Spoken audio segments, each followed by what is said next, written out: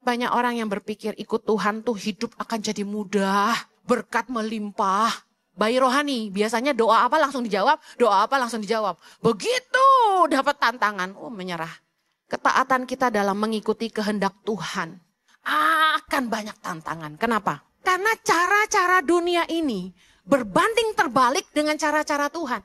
Dunia ini menawarkan banyak hal yang memungkinkan kita hidup dalam dosa dan melawan kebenaran. Ayo kita bisa yuk hidup dalam kebenaran. Banyak kok anak-anak Tuhan yang melakukan kebenaran tapi tetap bisa jalan usahanya lebih halal, lebih diberkati. Amen. Ingat, hidup ini tabur tuai. Firman Tuhan berkata, orang yang menabur kesusahan akan menuainya juga. Tabur kebaikan, tabur kemurahan supaya Tuhan juga menunjukkan kemurahannya dalam hidup Anda.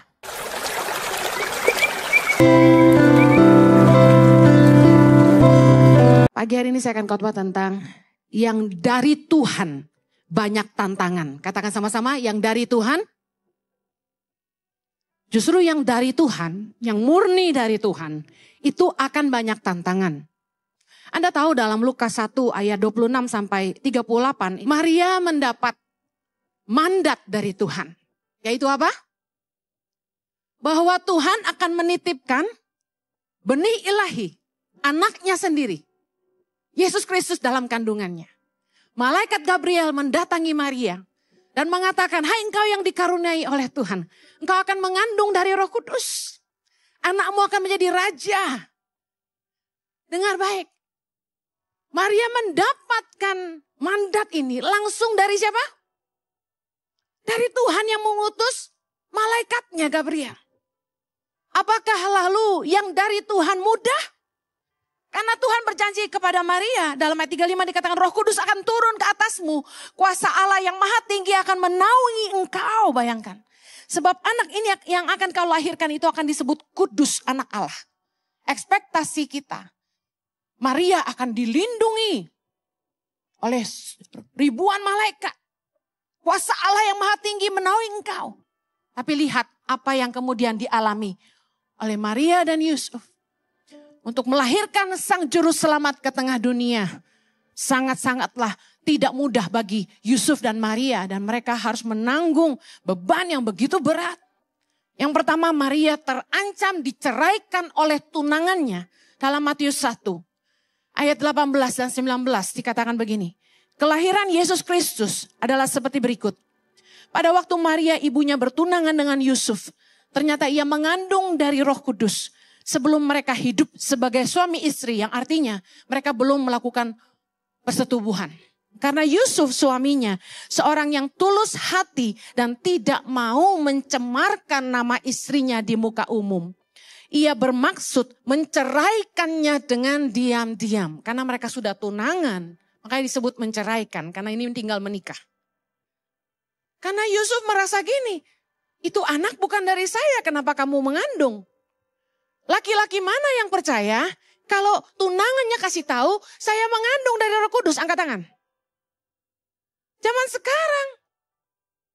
Ini kamu sama siapa? Pasti gitu kan? Berat sekali beban yang dipikul oleh Maria. Karena dia bagaimana jelasin ketunangannya? Saya hamil loh. Dari siapa? Gitu kan? Dari Roh Kudus. Oh my God. Seorang Yusuf yang takut Tuhan pun tidak akan percaya sama omongan Maria. Makanya dikatakan, karena tidak mau mencemarkan nama Maria, dia mau menceraikan Maria diam-diam. Berarti dia sudah dengar kabarnya dari Maria. Bisa mengerti sampai di sini? Lalu secara hukum bangsa Yahudi, kalau ada perempuan yang kedapatan berbuat zina, hamil di luar nikah, hukumannya berat. Hukumannya apa? Dirajam batu sampai mati. Beban gak bagi Maria coba? Nerima mandat dari Tuhan. Pertama akan kehilangan tunangannya. Yang kedua, dia akan dirajam batu sampai mati. Yang ketiga, saat tiba waktu untuk melahirkan sang juru selamat, Yusuf dan Maria ditolak di tempat-tempat penginapan ketika mereka harus mengikuti sensus. Lukas 2 ayat 6 sampai 7. Ketika mereka di situ, tibalah waktunya bagi Maria untuk bersalin. Dan ia melahirkan seorang anak laki-laki, anaknya yang sulung. Lalu dibungkusnya dengan lampin dan dibaringkannya di dalam palungan. Karena tidak ada tempat bagi mereka di rumah penginapan. Bayangkan, perempuan hamil besar. Zaman dulu gak ada Grab, gak ada taksi, gak ada kereta, pesawat. Dan perjalanan itu sangat jauh. Mereka itu harus pergi melewati padang gurun dan harus naik unta. Ketika masuk mencari tempat penginapan di sekitar Bethlehem, tidak ada tempat penginapan untuk mereka. Karena penuh, ingat karena ada sensus. Mereka semua kembali ke daerah asal mereka masing-masing. Saya mau kasih tahu, perempuan mana yang miskin sekalipun mau melahirkan anaknya di kandang domba. Sang raja segala raja tidak lahir di tempat yang layak. Sekalipun bagi seorang anak manusia, bisa paham. Yesus itu raja segala raja, dia Tuhan. Kenapa kok lahirnya sampai di kandang domba? Wow. Terlepas dari betapa dia membuktikan kasihnya kepada semua orang sampai kepada yang terendah. Yang mau lahir di kandang domba yang kotor dan gelap dan ditidurkan, dibaringkan di palungan tempat makanan domba. Betapa dia mengasihi kita. Dia mencintai semua orang tanpa membeda-bedakan. Dia dilahirkan di tempat yang paling hina. Supaya orang-orang yang terhina tidak merasa terhina. Supaya mereka tahu bahwa Tuhan juga datang untuk mereka. Amen. Dengar baik. Kelahirannya begitu sulit. Mau lahirin aja ditolak-tolak. Yang keempat. Bayi Yesus terancam dibunuh setelah lahir. Ketika kurang lebih Yesus berusia 2 tahun. Dalam Matius 2 ayat 13-15 dikatakan gini. Setelah orang-orang Majus itu berangkat. Nampaklah malaikat Tuhan kepada Yusuf dalam mimpi. Dan berkata, bangunlah. Ambillah anak itu serta ibunya, larilah ke Mesir dan tinggallah di sana sampai aku berfirman kepadamu.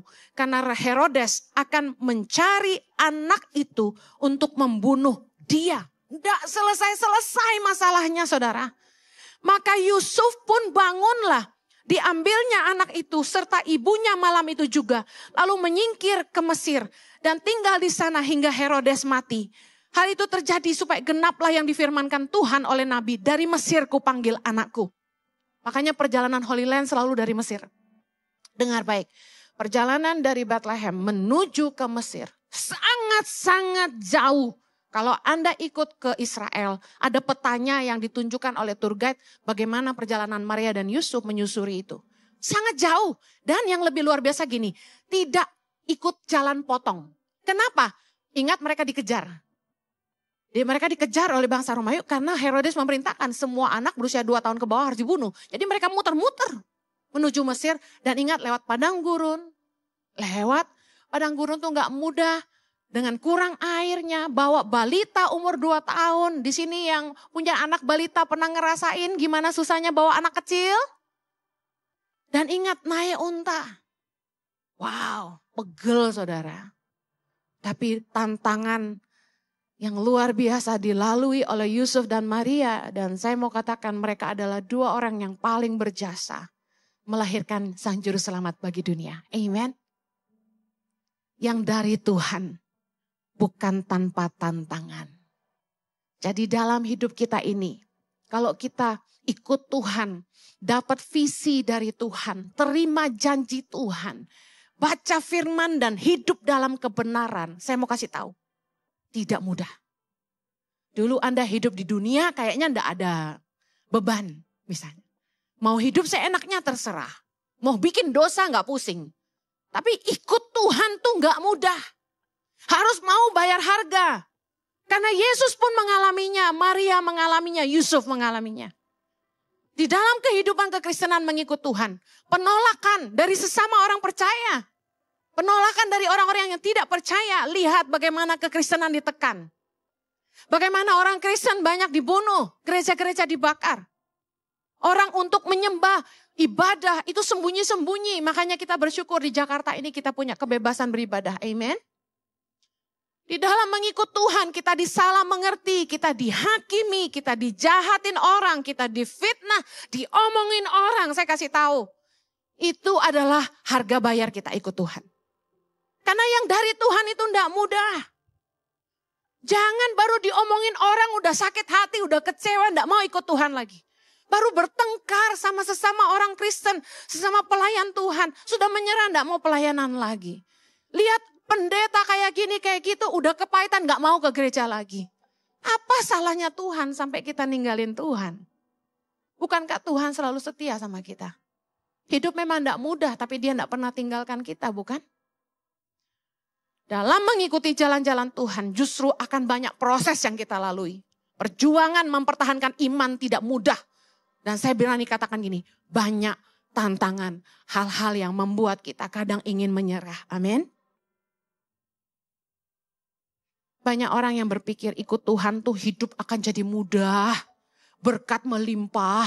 Bayi rohani biasanya doa apa langsung dijawab. Doa apa langsung dijawab. Begitu dapat tantangan, menyerah. Ikut Tuhan harus mau bayar harga. Katakan sama-sama. Ikut Tuhan harus mau bayar harga. Ketaatan kita dalam mengikuti kehendak Tuhan. Hidup dalam kebenaran firman. Akan banyak tantangan. Kenapa? Karena cara-cara dunia ini berbanding terbalik dengan cara-cara Tuhan. Bagi dunia, suap itu biasa. Mencuri biasa. Bohong biasa. Ngomong jorok biasa. Ngerokok, mabuk itu hak manusia. Judi biasa. Kami kemarin bawa 60 Minutes di cruise. Ada kasino. Saya bersyukur peserta jemaat ICI menguasai diri.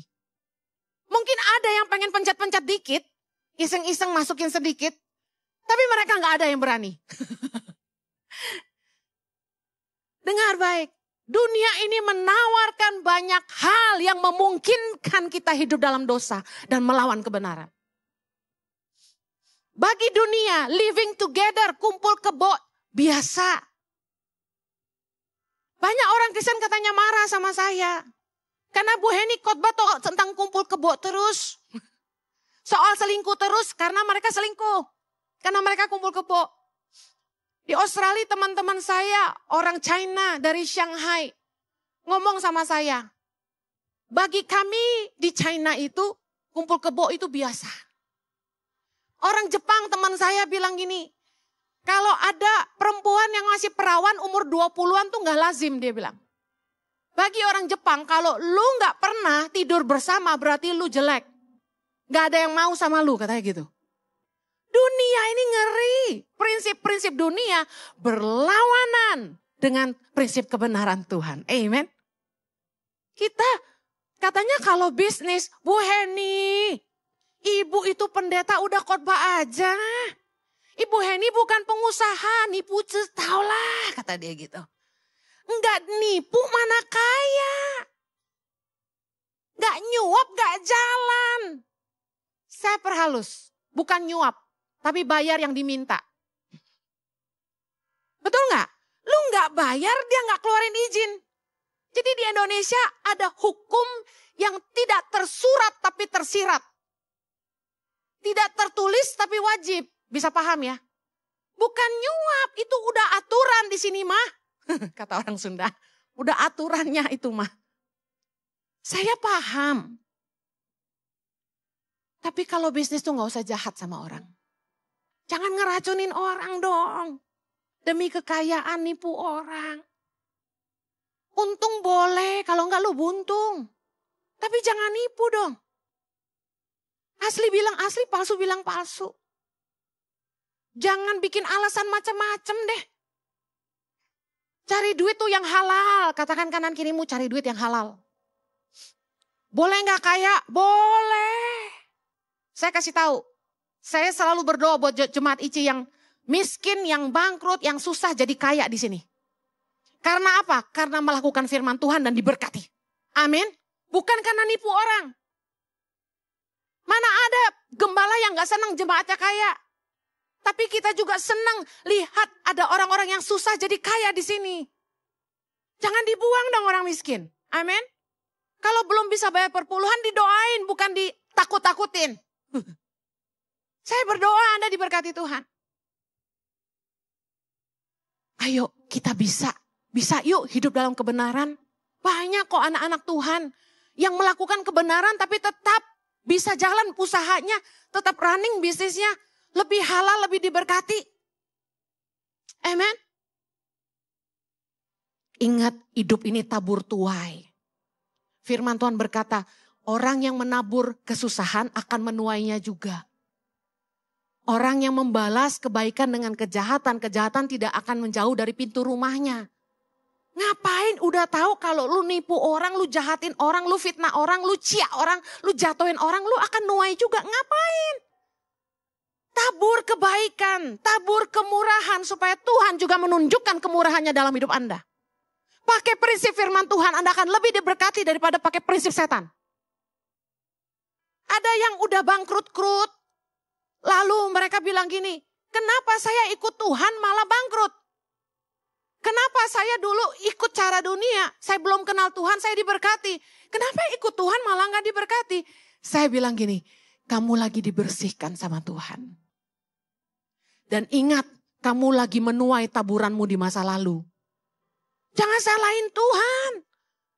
Jangan bilang gini, kenapa ikut Tuhan jadi susah? Salah. Orang akan menanggung akibat perbuatan mereka, kata firman Tuhan. Anda sedang menuai yang Anda tabur. Kenapa? Lalu Anda nyalain Tuhan. Seizin Tuhan untuk membersihkan kita dari Mesir. Dari hidup masa lalu yang penuh dosa. Amin. Ingat, dunia berkata, seks di luar nikah itu biasa. Tapi saya mau katakan anak-anak Tuhan hiduplah dalam kekudusan. Karena firman Tuhan berkata, aku kudus, hendaklah kamu kudus. Jaga hidupmu kudus. Matius 16 ayat 24, Yesus berkata sama kita, setiap orang yang mau mengikut aku, ia harus menyangkal dirinya dan pikul salibnya dan ikut aku. Katakan amin. Katakan kanan kiri, jadi orang Kristen harus menyangkal diri. Jadi orang Kristen harus mau pikul salib. Ini jarang diomongin. Yang dijanjiin, cuan, berkat. Hei, saya suka Anda katakan kanan kiri. Karena itu mendengar dan mengucapkan Anda timbul iman. Ikut Tuhan harus menyangkal diri. 3, 2, 1. Ikut Tuhan harus pikul salib. 3, 2, 1. Jangan mau enaknya doang. Ngomong sama diri sendiri. Kamu jangan mau enaknya doang. Jangan mau berkatnya doang. Taatnya juga. Dengar. Ketika kita menghidupi kebenaran firman Tuhan. Ketika kita melakukan kehendak Tuhan. Ada tantangan. Apa tantangannya? Dibenci orang. Dibenci dunia. Karena kita beda. Yang beda-beda pasti dibenci. Yohanes 15 ayat 18 kita baca sama-sama. 3, 2, 1. Jikalau dunia membenci kamu, ingatlah bahwa ia telah lebih dahulu membenci aku daripada kamu. Ayat 19. Sekiranya kamu dari dunia, tentulah dunia mengasihi kamu sebagai miliknya. Tetapi karena kamu bukan dari dunia, melainkan aku telah memilih kamu dari dunia.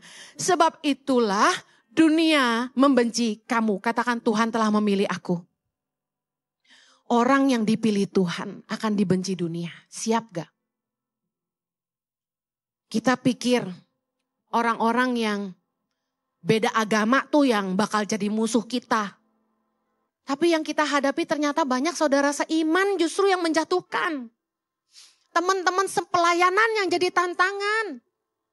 Saudara, keluarga, pasangan yang jadi tantangan.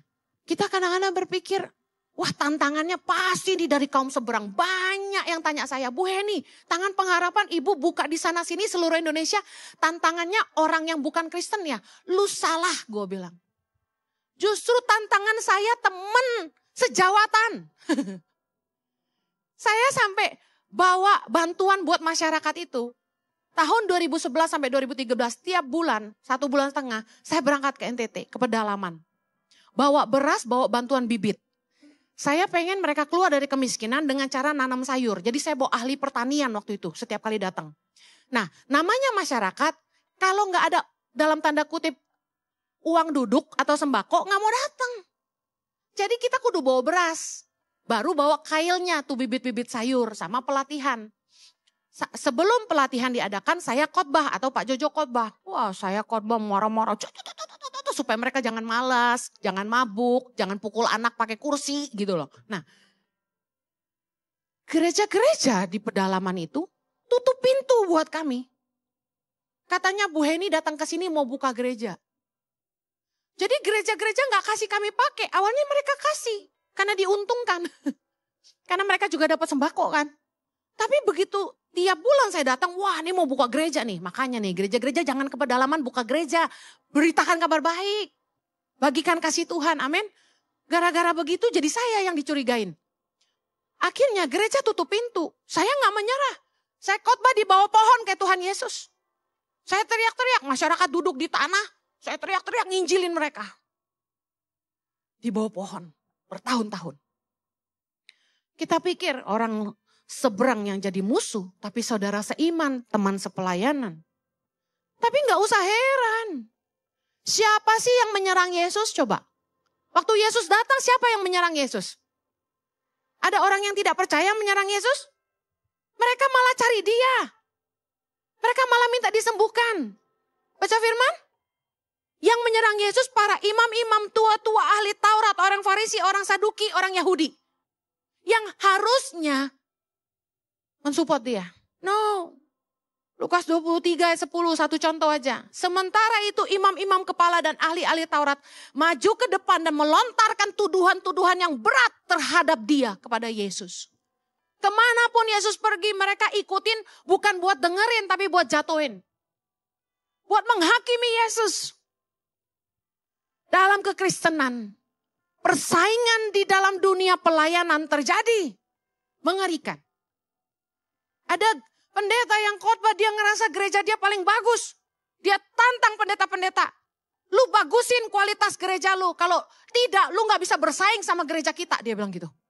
Dia khotbahin begitu. Kaget saya.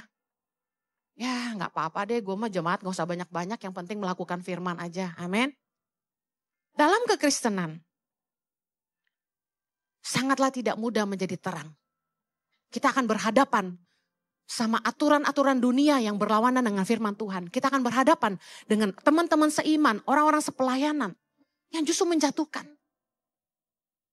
Tapi jangan jadi lemah. Walaupun menjadi terang di tengah kegelapan sangatlah tidak mudah. Tapi tetaplah jadi terang. Katakan aku harus jadi terang. Seperti Maria yang tidak menyerah. Seperti Yusuf yang mau bayar harga.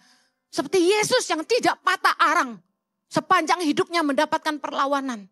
Ditolak sama manusia yang untuknya, untuk mereka dia datang. Dia tidak menyerah. Dia tetap memberikan hidupnya. Melayani mereka. Setia sampai akhir. Sampai mati di kayu salib untuk kita. Kita juga tidak boleh menyerah. Tetap jadi terang walaupun ikut Yesus tidak mudah. Amen. Biarpun kegelapan begitu pekat. Jangan pernah menyerah. Teruslah setia ikut Tuhan. Saya pernah hampir menyerah. Saya sampai bilang sama Pak Jojo gini. Aku kayaknya gak mau khotbah lagi deh. Stres aku. Banyak orang yang ngata-ngatain jahat-jahat. Bahkan bilang saya motivator apa pendeta sih dikata-katain gitu.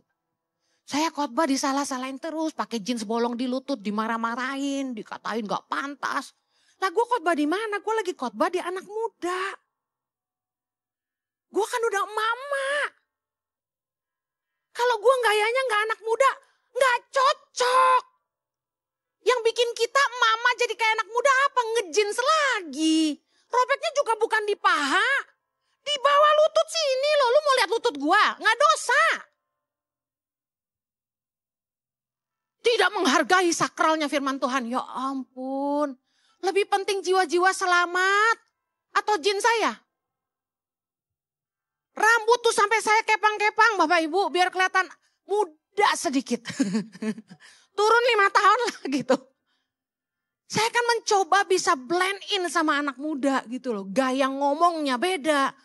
Ya gak mungkin ngomong kayak begini di anak muda gak didengerin loh. Tidur molor mereka. Jadi gaya ngomongnya beda. Cacos-cacos. Pakai jeans bolong, rambut dikepang. Sedaya upaya nutupin lemak di mana-mana. Waktu itu kan masih moleh banget tuh. Dikata-katain gak jelas. Saya lihat orang Kristen nih yang gak penting-penting, yang boten-boten diurusin gitu loh. Yang mana yang lebih utama? Injil diberitakan, kabar baik disampaikan, jiwa-jiwa diselamatkan. Orang bertobat, berbalik dari jalan-jalan mereka yang jahat. Anda tahu zaman sekarang susah ngomong firman sama anak muda, you know. Mereka mau dengar Anda omongin mereka. Boro-boro. Saya punya 3 anak remaja. Saya tahu. Saya tanya sama anak saya tiap kali habis dengerin saya khotbah. Makan malam hari Minggu. Did you listen to mommy? Yes. Did you know what I said? Yes. Yang diingat tuh bagian yang lucu-lucu aja. Anak muda sangatlah berharga. Kita semua ini generasi masa kini. Anak muda itu generasi masa depan. Memberitakan kebenaran aja dihakimi terus. Kadang-kadang saya capek. Makanya sosial media saya udah gak mau liatin lagi. Dan saya bilang sama Jojo, kayaknya ibadah live streaming tuh gak bagus deh. Banyak gereja-gereja yang sudah tidak mau live streaming lagi. Karena kadang-kadang ketika kita spontanitas begini, banyak kata-kata yang salah ngomong, ya. Karena ngomongnya cepet. Nah yang kedua, audiensnya kan jemaat sendiri.